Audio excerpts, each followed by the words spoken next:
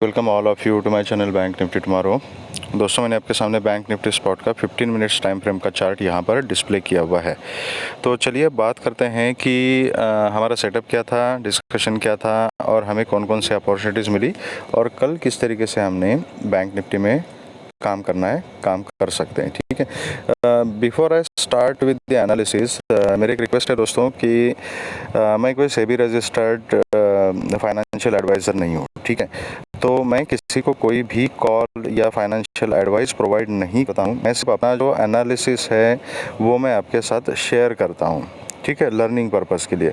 तो प्लीज़ मुझे जितने भी लोग कांटेक्ट करते हैं, मुझे कोई भी कॉल या टिप्स के लिए कोई भी कांटेक्ट मत कीजिए प्लीज़। मैं किसी को कोई भी कॉल प्रोवाइड नहीं करता हूँ, ना ही करूँगा कभी। ठीक है, तो आप लर्निंग से कुछ हासिल करना चाहते हो, यहाँ पे चार्ट एनालिसिस वगैरह जो भी मेरा एक्सपीरियंस है मैं शेयर करता हूँ, उसके बेसिस पे अगर आप कुछ अपना क्लैरिफिकेशन है, कोई सजेशन है, तो आप मुझे कमेंट बॉक्स में बता सकते हो, मैसेज कर सकते हो, there is no problem. But learning के अलावा मैं और कोई भी सर्विस किसी को प्रोवाइड नहीं करता हूँ, किसी कोई कॉल टिप्स मैं प्रोवाइड नहीं करता हूँ। ठीक है, ओके। तो चलिए बात करते हैं कि हमारा कल का एनालिसिस क्या था। तो गैप अप के केस में बैंक निफ्टी और निफ्टी दोनों के केस में मैंने एक चीज़ क्लियरली बताई थी कि अगर गैप अप ओपन हो जाती है और सस्टेन नहीं होती, ठीक है, अगर सस्टेन नहीं होती बैंक निफ्टी और फिर से नीचे आके 39,630 के लेवल को अगर करती है तो डेफिनेटली हम पुट की पोजीशन में बैठ सकते हैं और जो कल का लो है वहाँ तक के टारगेट्स हमें मिल सकते हैं। ये हमारा डिस्कशन था। कल का जो लो था वो 39,133 का लो था। ठीक है, यहाँ तक के टारगेट्स हमें मिल गए, उसके भी नीचे 38,937 तक के टारगेट्स हमें मार्केट ने दे दिए। तो जिसने भी ये सेटअप फॉलो किया होगा, आई एम श्योर उसने अच्छा खासा प्रॉफिट यहाँ पे कमाया होगा। तो चलिए बात करते हैं कि कल किस तरीके से हम काम कर सकते हैं। तो कल का दिन दोस्तों जो है वीकली एक्सपायरी है, थर्सडे का दिन है, तो बहुत ही सोच समझ के संभल के काम करना है। मार्केट में बहुत सारी वीकनेस है, एक इम्पॉर्टेंट लेवल के नीचे मार्केट अभी सस्टेन हो चुका है। आज की जो क्लोजिंग है वो 39,020 के आसपास एक्चुअल क्लोजिंग है और जो लो है वो 38,937 का लो बैंक निफ्टी ने लगाया हुआ है। तो चार्ट काफ़ी वीक है निफ्टी एंड बैंक निफ्टी दोनों का। तो यहाँ पे सेटअप सेम ही रहेगा, सेल ऑन राइज की स्ट्रेटजी रहेगी यहाँ पर और उसको किस तरीके से एग्जीक्यूट कर सकते हैं वो हम देखेंगे। तो सेफ ट्रेडर जो है वो नेक्स्ट एक्सपायरी में काम कर सकते हैं क्योंकि कल एक्सपायरी है। पहले से नेगेटिविटी है, न्यूज़ फ्लो काफ़ी चलता रहता है, ग्लोबल क्यूज़ भी नेगेटिव है, सब कुछ नेगेटिव है, तो वोलेटिलिटी मार्केट में रहेगी, प्रीमियम फ्लक्चुएशन बहुत तेज़ी से होंगे, जो इसलिए जो सेफ ट्रेडर्स है वो नेक्स्ट एक्सपायरी में काम कर सकते हैं।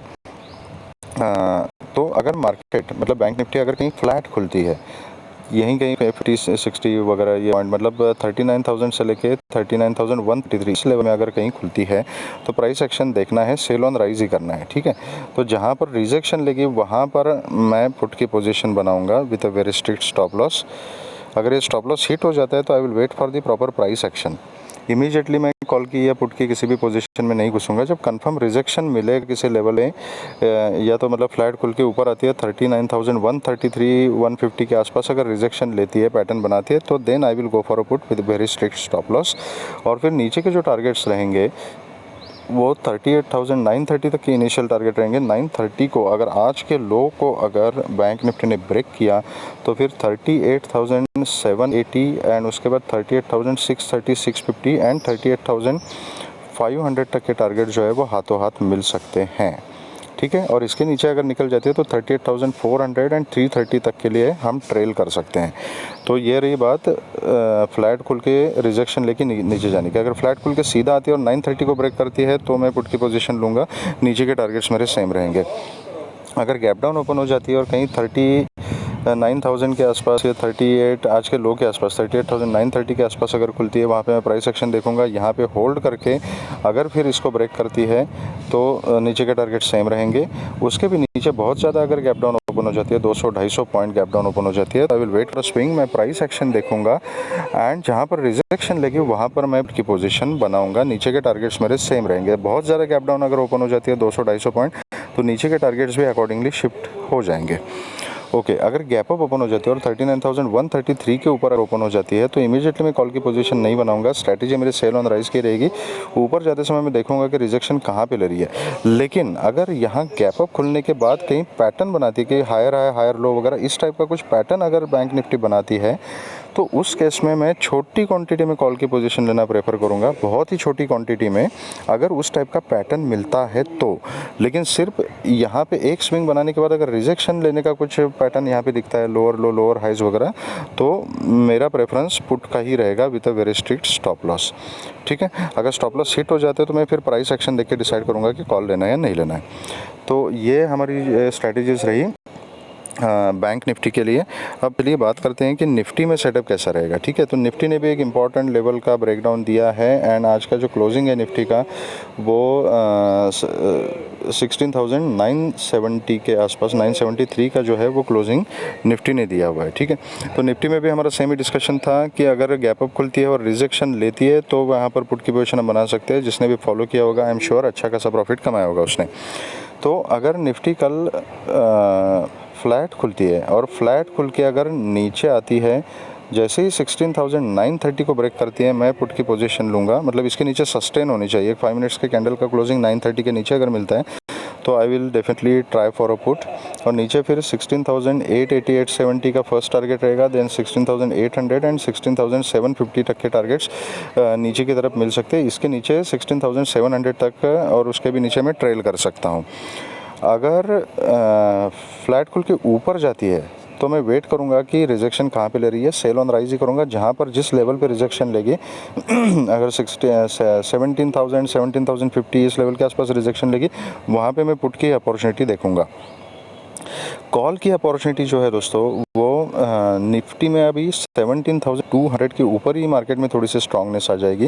एंड बैंक निफ्टी के केस में जब ये 500, ठीक है, 500 के लेवल को जब ब्रेक करेगा बैंक निफ्टी, तब उसमें थोड़ी सी स्ट्रांगनेस आ जाएगी। 39,500 का लेवल, ठीक है, तब तक बैंक निफ्टी भी स्ट्रांग नहीं होगी।